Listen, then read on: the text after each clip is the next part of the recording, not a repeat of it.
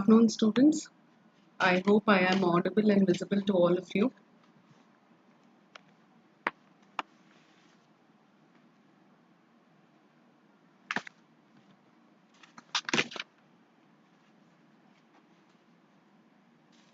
Now, I am going to start with the second chapter in your syllabus, in this book for today. So, before I begin, a small clarification. The last class stopped in between because of a network issue.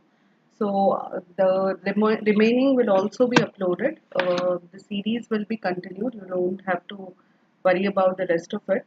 It will be uploaded by Unacademy soon.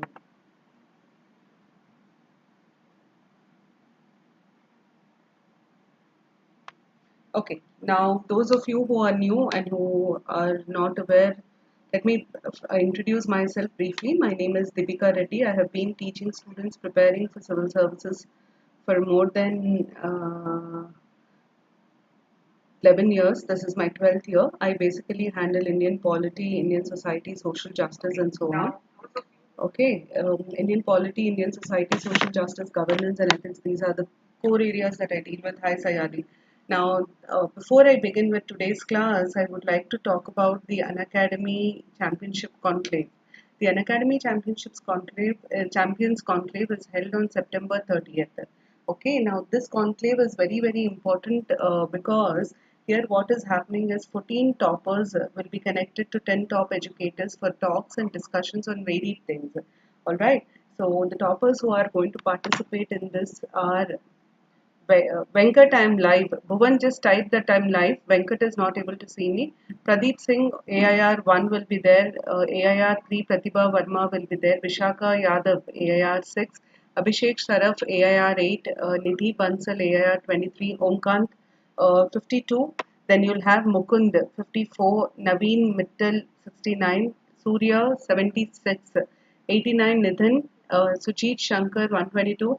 And Bala Nagendran 659, an inspiration for all of us because he is a blind student, a specially abled person who cracked the exam. Now, top educators who are going to connect to these toppers are Mrinal ji will be there, Siddharth ji will be there. I am going to handle a couple of sessions in that. Ashirwad Singhal will be there, Madhukar will be there, Dr. Manish will be there, Sunil, Saurabh and Sumi. These are the top Unacademy educators who will be associated with with this session. Now, the events will basically be about why UPSC journey to success, tips and strategies, what should be the challenges, what are the challenges that you're going to overcome, how do you be a leader, and what if you fail in UPSC? This is an important question that most of us should answer. See, everybody wants to get into UPSC, but the question is, we have only, the challenge is we have only not even 1,000 posts. So all said and done, the best of 1,000 will get in. Now, the conclave is being handled online entirely. You will be able to watch it online sitting at the home. There is no registration fee. It is a free for all event. Anybody can attend these sessions. The sessions will be available later also, but you know the interaction. If you watch it later, you won't be able to interact. Who can participate in the conclave? Anybody who is willing to write UPSC, who has aspires for UPSC, irrespective of when you're going to write, you can always be a part of this. Will there be scope of asking doubts? Yes. Most of the sessions you'll have the scope of asking doubts. We will be taking live questions as well. Now, as I said, these are the toppers who are going to be there. Going on, Unacademy Aspire is a new initiative by Unacademy. This initiative basically focuses on all India free mock test for civil service aspirants. Okay, 2020 paper 1 GS. Now this will be held every month on 10th and 25th. This is basically 2021 we are going to focus. Apart from the prizes that have been promised, my take on why you should actually attend this is because, you know, national level exam, national level platform, you'll have people from all over the country competing, you'll know your relative performances, and also it is very, very important that you actually write this exam. Apart from that, you have only 6 days for the 2020 prelims. Now, apart from the free platform, Unacademy also has a subscription model. The benefit of subscription is you can learn from the comfort of your house. You'll have access to unlimited courses. Top educators of India will be there on one platform. You'll have exhaustive coverage of syllabus. Doubt clearing sessions will be held. Live tests will be there. Study material will be given in the form of PDF. Answer writing sessions will be there, and there'll be mentorship and guidance. These are the benefits of joining the Plus platform. Okay, now 28th September, three new courses are starting. One is bilingual. Hindi and English will be the medium of instruction for this. The second is English and the third is Hindi. Okay, so if you are interested, you can join these. And the best part of this is you have the top educators associated. You will also have everything neatly structured by an academy. Now, apart from this, the revision booster series is going to end on 30th September. Monday to Friday, the classes are being held and you have sectional quizzes also. The entire prelim syllabus has been divided into parts and educators are revising those parts. So, you know what you can, the best part of this series is you can revise the entire prelim syllabus in a span of 1 month. Not even 1 month, 25 days. Okay, now if at all you're planning to enroll for this, please note this as my referral code. Deepam.2108 is my referral code. You can use this referral code.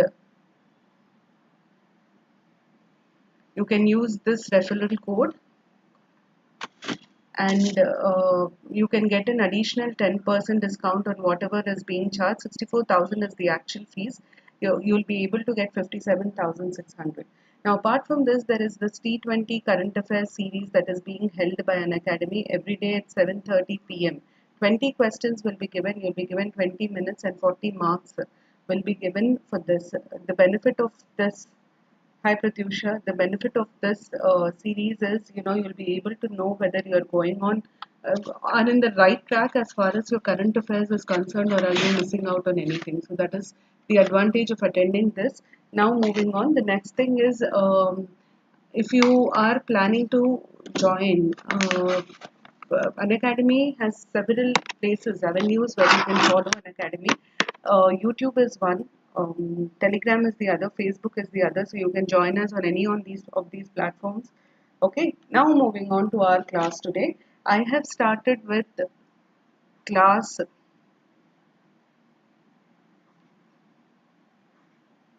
class 11 NCERT textbooks. Okay, this is class 11 NCERT textbooks. This is basically to help students read the NCERT textbook. The book that I'm dealing with here is Constitution at Work.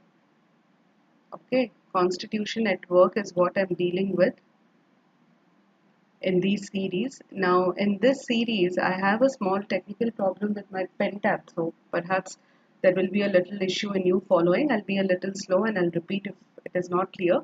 Now, Constitution at Work, I've already completed chapter 1. I have taken 4 parts of chapter 1. They will be uploaded. You can find them in the same channel and they are going to make a playlist of it later, so it will be easy for others also to follow this.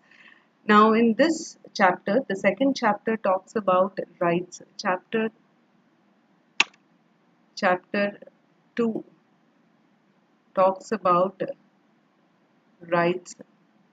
Okay, rights given in the Constitution of India. It basically talks about rights in the Constitution. So we are going to discuss the rights given in the Constitution in this chapter. This chapter basically, as I give overview for everything, let's have an overview of this chapter also. This chapter basically talks about the different set of rights. It begins with explaining the significance of rights, the different sets of rights that are guaranteed by the Constitution of India. Okay, and in detail about the rights. So first thing that it tells us is about rights, need and significance. Okay, then it answers a basic question as to why these rights are called fundamental rights. Why is it that we call them fundamental? Is there any relevance for the word fundamental? Okay, the third thing that this does is it compares the rights. This is very important, students, because you have comparative constitutions in mains, and this can be asked as a mains question. Compares the rights in Indian constitution with the South Africa. I talked about the definition of the Constitution, and then I spoke about the purpose of the Constitution. So we are going to begin with the purpose of the Constitution now. Now, when we talk about the definition of Constitution, what is Constitution? Constitution basically is a set of rules and regulations. Yes, Sayali, is a document. Okay, give that has several purposes. Okay, this document, important purpose of this document, important purpose of this document is one of the important purposes. Okay, two important purposes of this document is, one is to limit the power of government. Sayali, ask Sayali to refresh, please. Venkat, ask Sayali to refresh. Okay, the second is to ensure a democratic system where all powers, where all persons enjoy certain rights. Certain rights. Okay, this is what it says. See, limit the power of government and ensure a democratic system where all persons enjoy certain rights. These two club together. Therefore, rights are essential. Okay, rights limit the power of government. How do they limit the power of government? Because they tell the government, instruct the government on what it should not do. Okay, democracy needs people's participation in government. People's participation is possible only when they enjoy certain rights. You need people to participate. People's participation is essential in democracy, and people's participation is possible only when you have certain rights like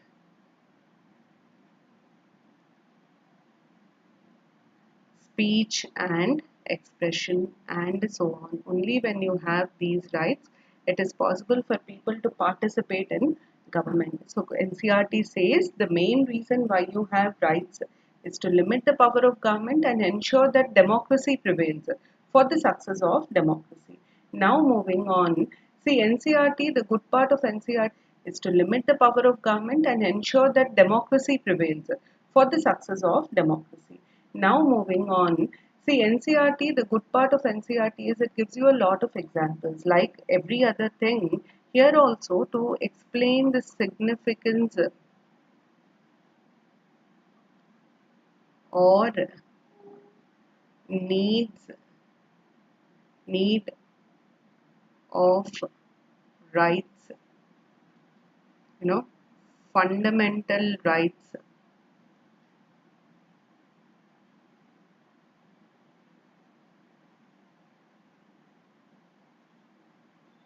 There are two examples given in NCERT. I'll briefly tell you about the examples.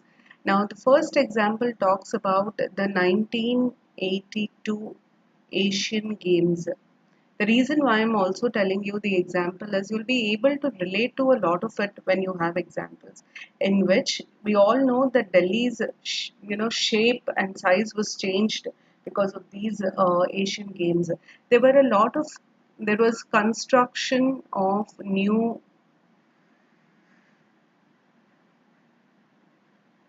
stadiums and flyovers in the city. Now, obviously, the construction was done by government, who outsourced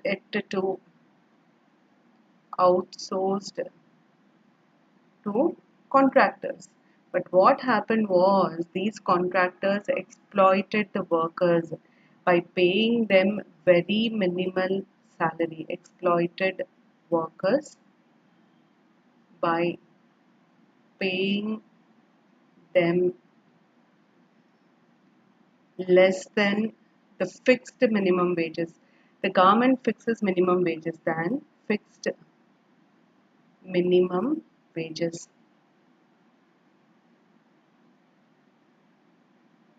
Okay, less than the fixed minimum wages. Now, this thing was actually brought in front of Supreme Court through a bill filed, public interest litigation filed by a group of social scientists. Okay, a group of social scientists in Supreme Court. Do you know why we are talking about it? Because this entire thing relates to a very important right, that is right against exploitation. This is exploitation. When you don't pay the person what he deserves and you make him work, it is exploitation. So this was filed in Supreme Court. Supreme Court ordered that they have to be paid the minimum wages. The second example that was given was about a person called Machal Lalung. Okay, this man was arrested at the age of 23 years at 23 years for causing grievous injury to another person in his village. Now, this man was mentally unstable. Okay, he was mentally unstable, and usually, what happens is if a person is mentally unstable, the law sends them for treatment. He was treated.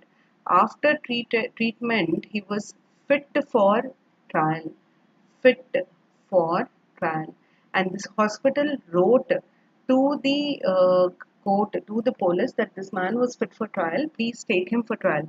Do you know the court did not respond? There was no response from the police, because of which, as a consequence of which, can you believe this man had to stay in jail for 54 years, imprisoned for 54 years.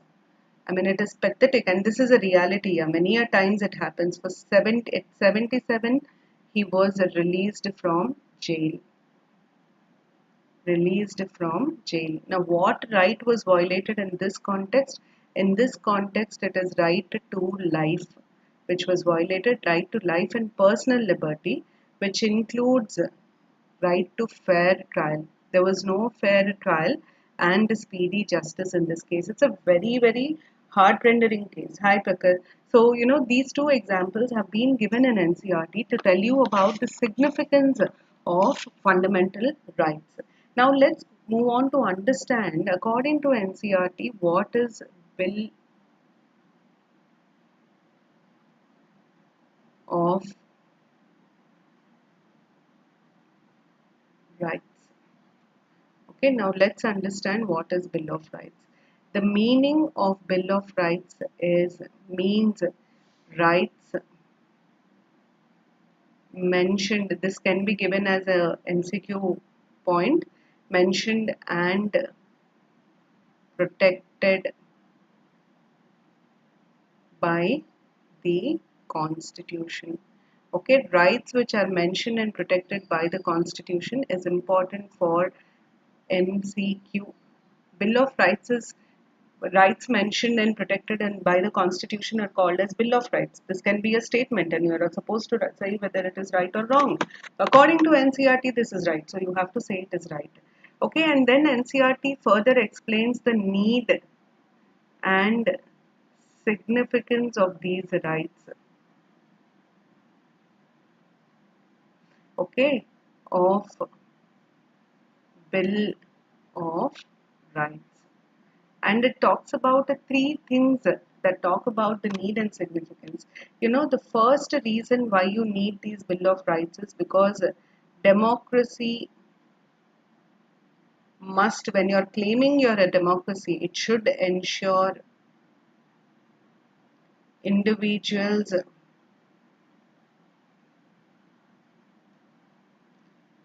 have certain rights. It should ensure that individuals have certain rights. This is the first thing that should happen. The second reason why this is important is it prohibits government from acting against the rights of individuals. By prohibiting the government from acting against the right of individuals, what is the government doing? It is limiting the power of government, limiting the power of government. Okay, and the third it does is it ensures a remedy in case of fundamental rights. Okay, these of the rights, basically of Bill of Rights. These three points explain the need and significance. See, Constitution is the most important document of a country. That document is ensuring that there are certain rights to citizens because it has to preserve democracy. All modern constitutions are established on the base, are established on the basis of democracy. Okay, it prohibits the government from acting against the rights. Please remember, these Bill of Rights are inviolable, meaning you cannot violate them. You can set them aside. You can suspend them. Okay, you can temporarily ensure that these are not available, but the government cannot violate these rights. And if at all the government violates these rights, there is a remedy given for this. Okay, now let's understand the fundamental rights in the Indian Constitution. The next side heading in your NCERT talks about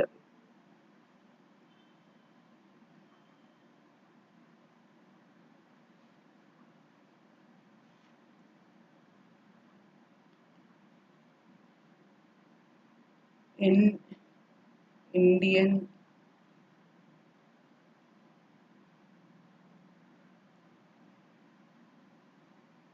Constitution. I have a problem with the pen tab today, so Constitution. This is what we are going to discuss the next. Okay, this is the next side heading in your NCERT. Fundamental rights in Indian Constitution.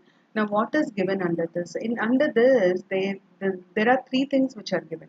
The first thing is it tells you the basis, the background of fundamental rights. Where did this idea of fundamental rights actually start? Then it tells you why they are fundamental, in which it also explains its significance. Then it compares fundamental rights with other legal rights. So, in this we have three things. Okay, the background, the origin of fundamental rights. Background as in the origin of fundamental rights. The second thing it talks about is why fundamental.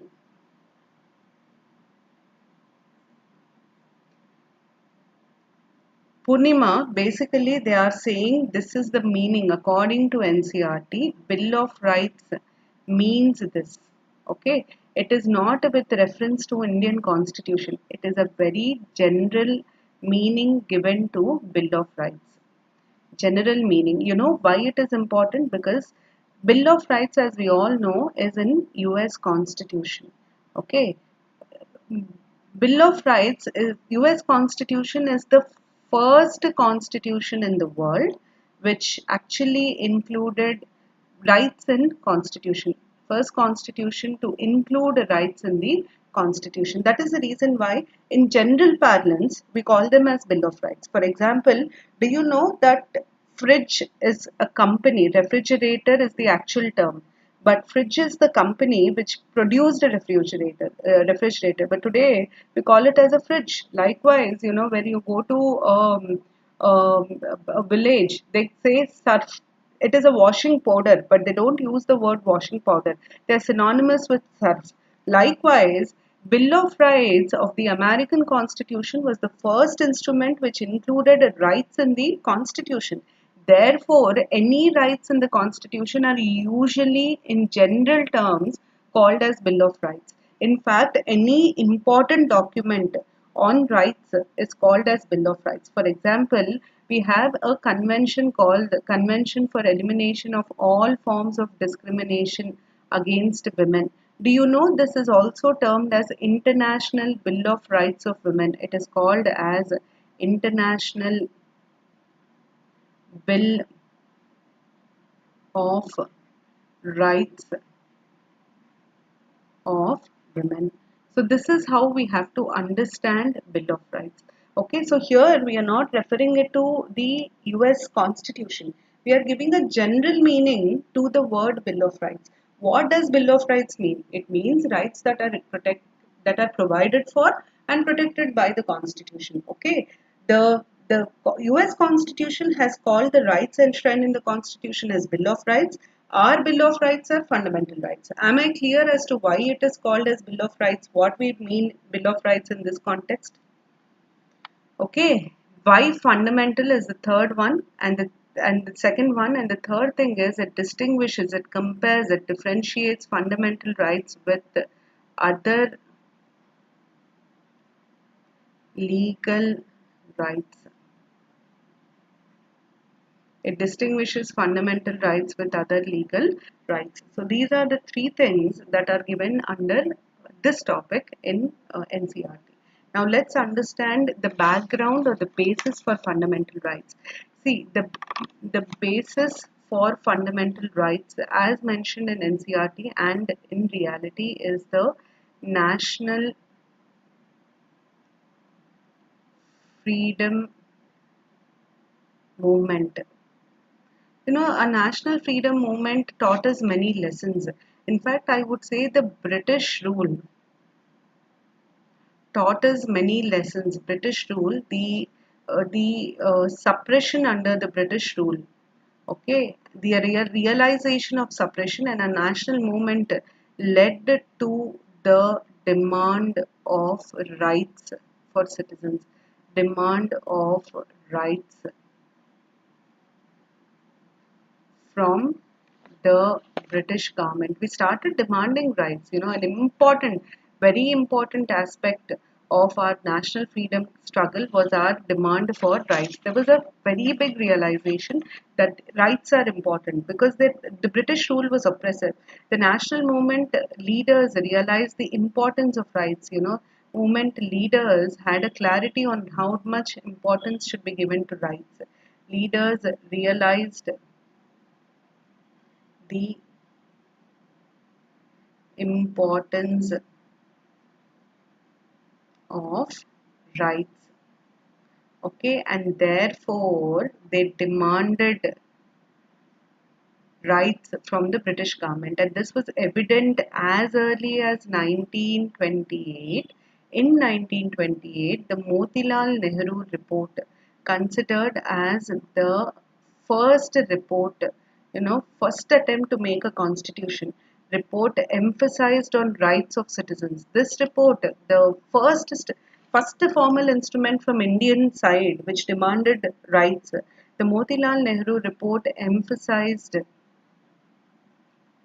on rights. It demanded for rights for citizens, you know, and this was one of the biggest dream that the national freedom movement promised to its citizens. So, automatically, therefore, because of this background, it was very natural that we include fundamental rights in the Constitution. Therefore, fundamental rights were included in the Constitution. It is like a promise that the leaders of the national freedom struggle fulfilled, that they have made to the citizens at large during the course of the national freedom struggle. The kind of India we envisaged, that was not possible without that was impossible without us uh, working for fundamental, without us being guaranteed fundamental rights. That was the reason why they had to be included in the Constitution. The last chapter also talks about the relevance of the national freedom movement in framing of the Constitution. That can also be an important question for your mains. Now, the next thing that we have to understand is we call them as fundamental. So, the question that we raise is, why are they fundamental? Why are these rights fundamental? This is the question that we have to raise, for which the answer is, these rights are fundamental because they are so important that Constitution separately lists them. Constitution is itself the most important political document of this country. Constitution separately lists them. This shows that, hi Elizabeth, lists them. This shows that a lot of importance is given, importance accorded to fundamental rights, to rights by the constitutional makers in the co- constitution. This is the first thing that we say by fundamental. The second is, the constitution not just separately lists them, but constitution also makes special provisions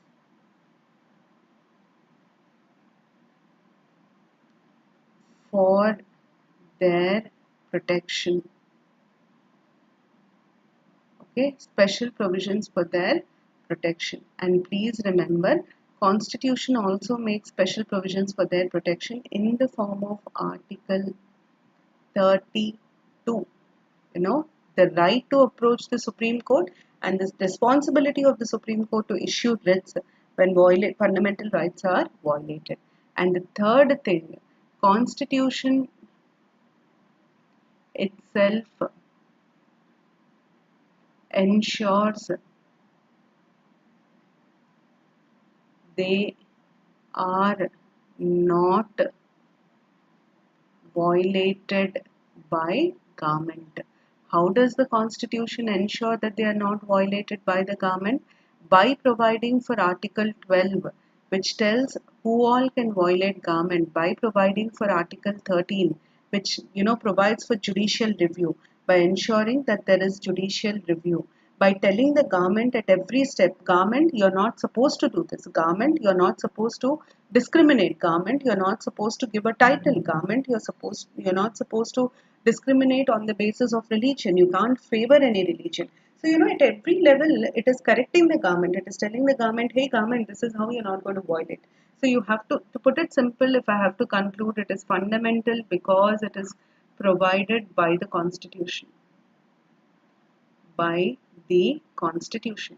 To this, we can also add the point, this is not an NCERT, I am adding it, at the point that they are fundamental because they are very important to achieve the aims and aspirations of the Constitution. Achieve the aims and aspirations of the Constitution. Okay, achieve the aims and aspirations of the Constitution. So this is how we have to look at the Constitution. This is how we have to understand. Okay, now this is about why they are fundamental. The next question is, what is the difference between fundamental rights versus other legal rights? See, this is something that almost in every class students ask me. So before I explain these differences, let me just tell you the difference between fundamental rights and legal rights. See, basically legal rights is a broad term. Okay, legal rights are those which are those provided by law and enforced by courts. Meaning, if they are violated, you can go to the courts. These legal rights are further categorized into. You have to remember that the term law has a general meaning here. Okay, into two categories. One is called as constitutional rights.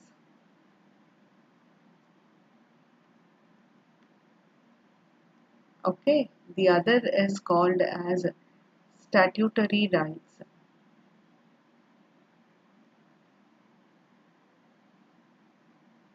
They are categorized into constitutional rights and statutory rights. Now, the constitutional rights, basically, they are called constitutional rights because they are called statutory rights because, okay, constitutional rights because they are backed, they are given by constitution. Okay, they are given by a statute, given by an ordinary law or statute. However, both are legal rights. Why are both legal rights? Because they are backed by law and they are enforceable by courts. Since they are enforceable by courts, both are legal rights. Okay. Now, constitutional rights are further categorized into fundamental rights and other constitutional rights. The basic difference between these two are fundamental rights are given in part 3 of the Constitution, whereas other constitutional rights are given outside Part 3. They are given outside Part 3. This is the basic difference. I am sure you understood this. Okay, so this is how classification of rights takes place. Now I'll tell you the difference between fundamental rights versus legal rights. Okay, the difference between fundamental rights and legal rights is fundamental rights are basically by constitution.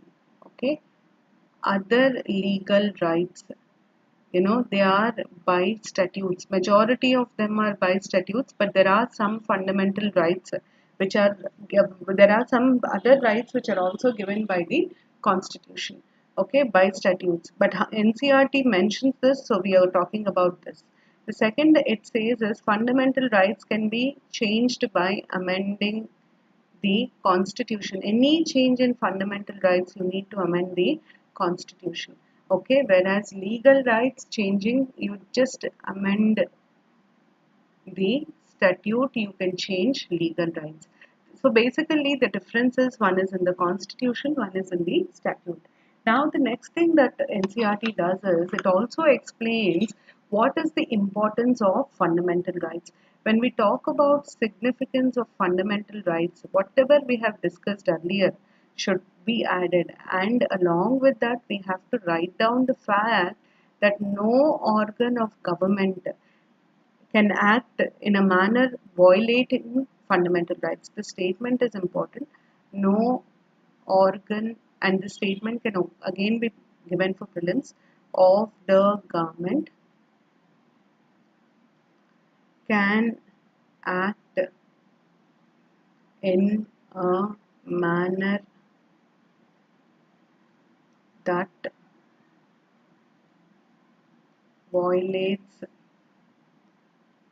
fundamental rights. It should not act in a manner that violates fundamental rights.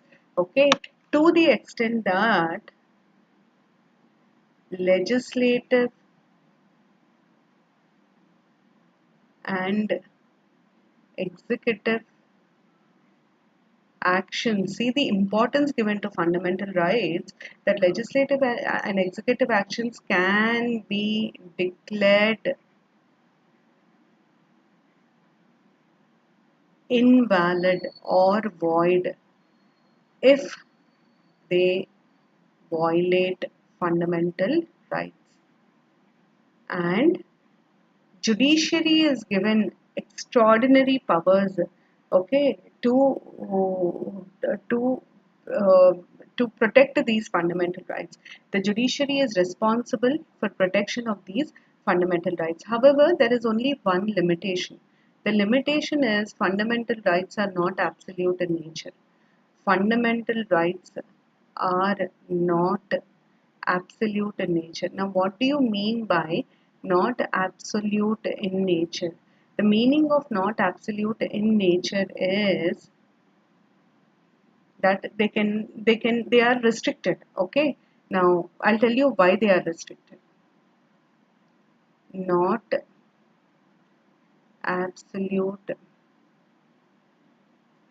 in nature. Why? Because they are restricted. They are restricted. Okay, why are they restricted? Why restrictions?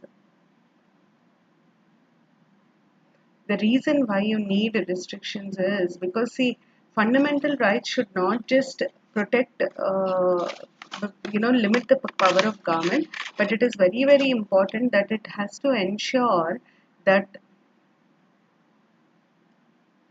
persons or private organizations do not violate others' rights. Okay, persons or private organizations should not be allowed to violate others' rights, and therefore restrictions are placed. These restrictions are restrictions enforced by government by law. See, it's so beautiful that one side you are limiting the power of government, the second side you are giving government some special power so that it is able to stop others from violating fundamental rights. So this is the beauty of fundamental rights as given in the Constitution.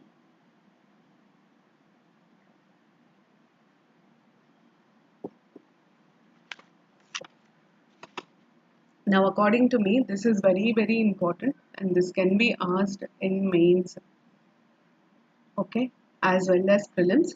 It is a comparison of the Constitution, Bill of Rights in South African Constitution, Bill of Rights in South African Constitution versus fundamental rights in Constitution of India. Okay, so it's a comparison of Bill of Rights in South African Constitution versus fundamental rights in Constitution of India. And this comparison, NCERT has asked three things. One is identify rights common in both. The second is rights mentioned in South African Constitution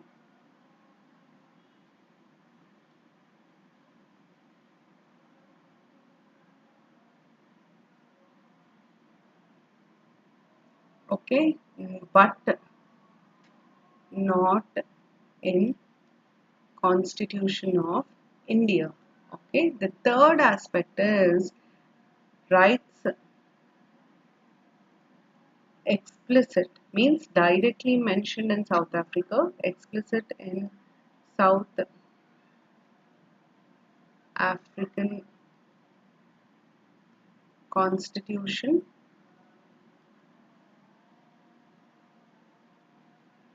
but not mentioned in Constitution of India. Okay, this is what is given in the NCERTs, but indirectly mentioned. I'm sorry, this is not mentioned. It is but implicit under Constitution of India. Okay, now before we will just do a basic understanding of the South African Constitution. Please remember South African Constitution,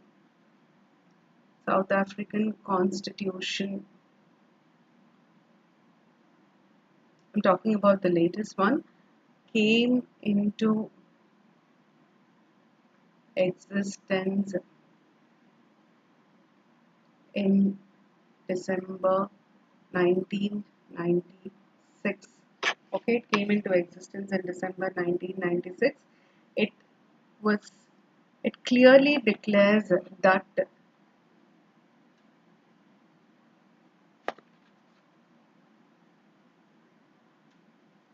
provides for a special court to deal with violations. Implicit means they are not directly mentioned, Purnima. They are indirectly mentioned. You'll understand now. I'll explain that. Violation of the Bill of Rights. There it is called as Bill of Rights. It directly deals with the violation of Bill of Rights. In fact, the South African Constitution declares that these rights are cornerstone of the Constitution of South Africa. Constitution of South Africa very clearly declares that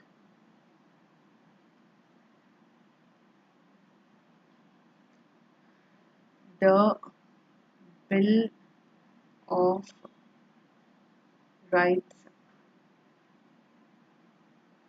is the cornerstone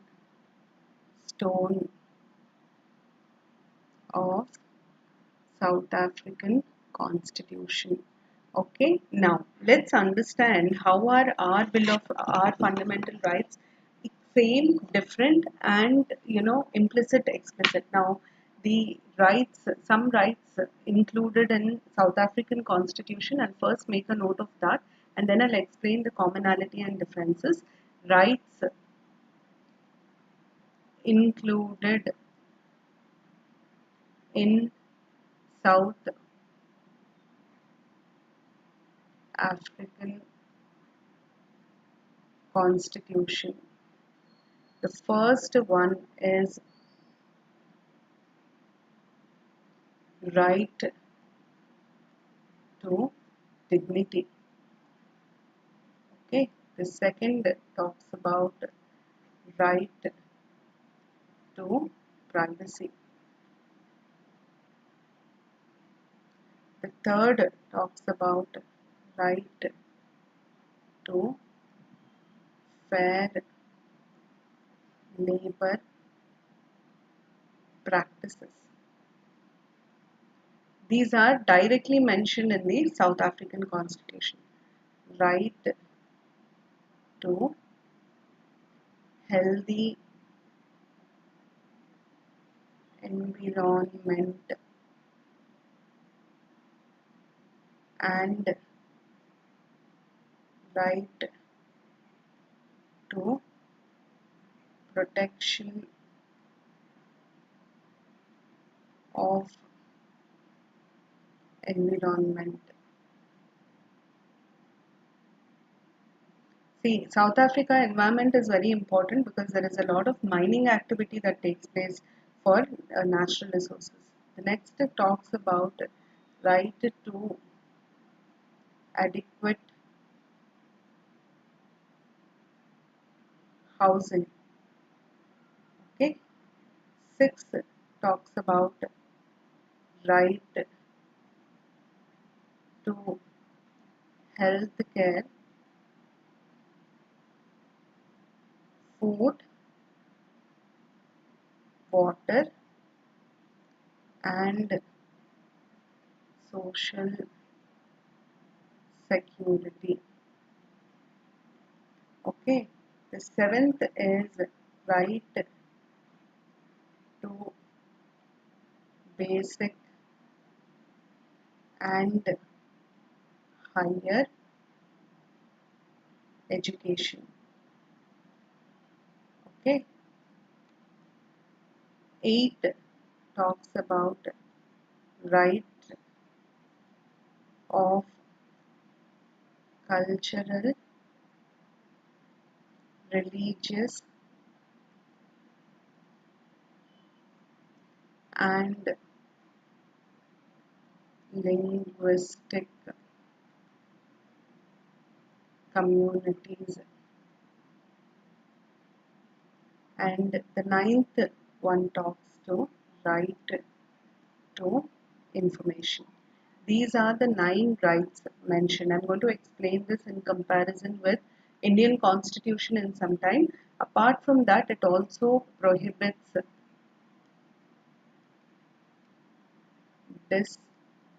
discrimination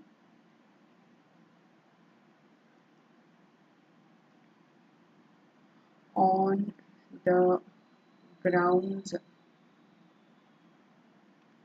of race, gender. I'm going to write these specifically because it becomes easy for me to explain. Pregnancy, marital status, ethnic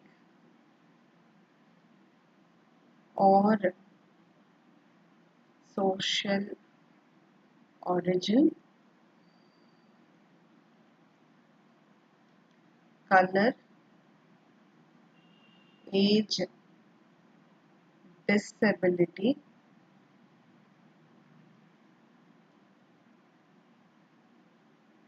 religion, conscience, belief,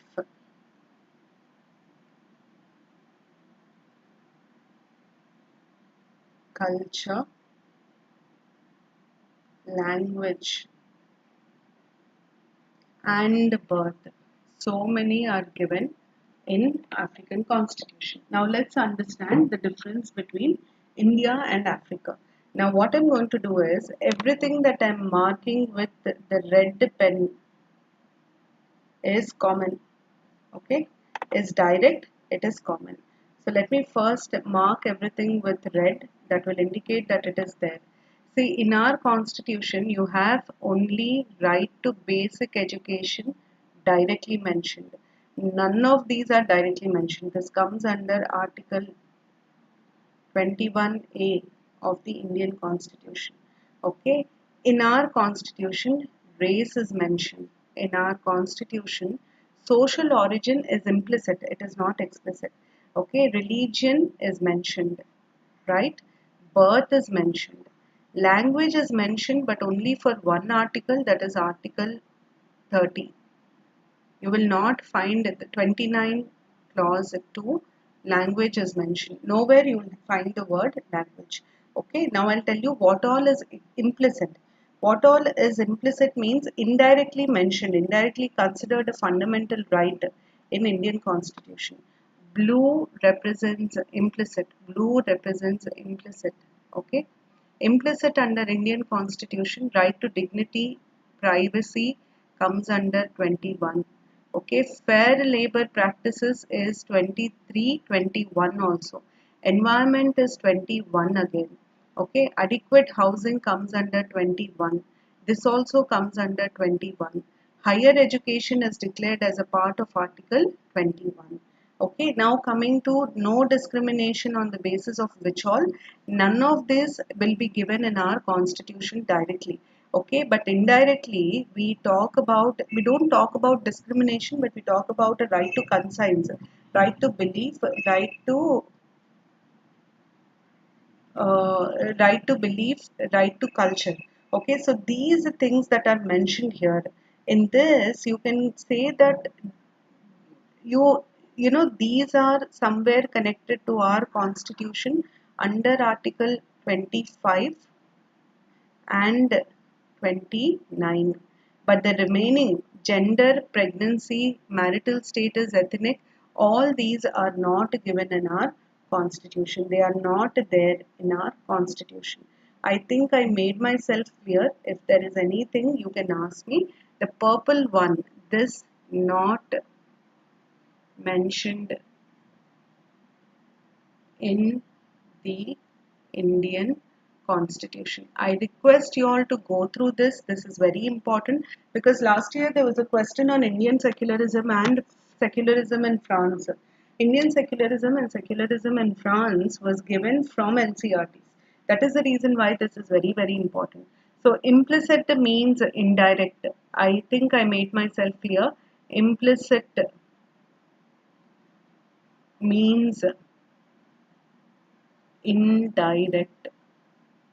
Okay, they are indirectly considered. They are considered part. They are not directly mentioned. Right to dignity is not mentioned in the constitution, but right to dignity with life is considered as a part of article 21. Right to privacy is not mentioned in the constitution, but recently Supreme Court declared that right to privacy is a part of article 21. Fair labor practices is, it's a safeguard given under 23. On under 21 also you can count it. So this is how you have to understand. I request you to please do a comparison of these two. They are very, very important for your exam, and please remember that this also comes in mains under the topic comparative constitutions. It comes under comparative constitutions. Okay, so this is it from my end for today's session. Tomorrow I'll see you again where I'm going to discuss right to equality and right to freedom. Tomorrow's session will be about right to equality and freedom. I hope the classes are of some use to you and you're able to understand what I am following in this class. This I would request you to practice as a mains question. So I'll see you in the next class. Thank you for joining me. The same time tomorrow I'll be live. Thank you and bye-bye.